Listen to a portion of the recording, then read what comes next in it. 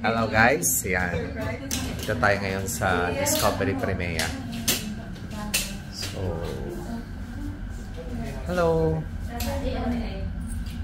Nakita niyo yung yung executive room. Yan. Hindi kasi kailangan kapalit siya. Tapos meron siyang yan, kwarto. Okay, laki din. Okay, yan. Ano ba yung mga nandito? Oh, ito. Chinelas, kinuha ko na.